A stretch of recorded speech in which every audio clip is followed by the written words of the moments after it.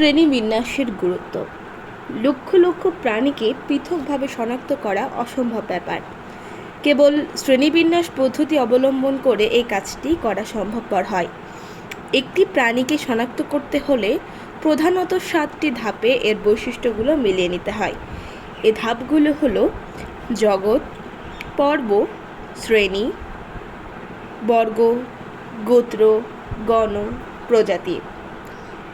এগুলোর ইংরেজি হলো কিংডম, ফাইলাম, শ্রেণী অর্থাৎ class, order, family, genus, spacious. অনেক সময় পর্বকে উপপর্ব বা সাবপাইলামে ভাগ করা হয়।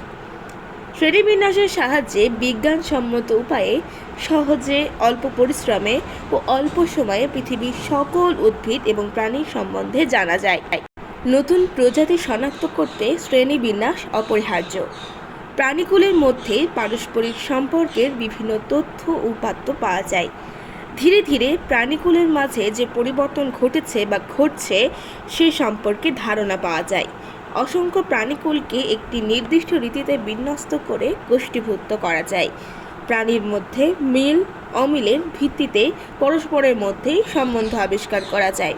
প্রাণী সম্পর্কে সামগ্রিক ও পরিকল্পিত জ্ঞান অর্জন করা যায়। যেমন সব এককোষী প্রাণীকে একটি পর্বে এবং বহুকোষী প্রাণীদের 9টি পর্বে ভাগ করা যায়। এটি হলো শ্রেণীবিন্যাসের প্রয়োজনীয়তা সংক্ষিপ্তভাবে।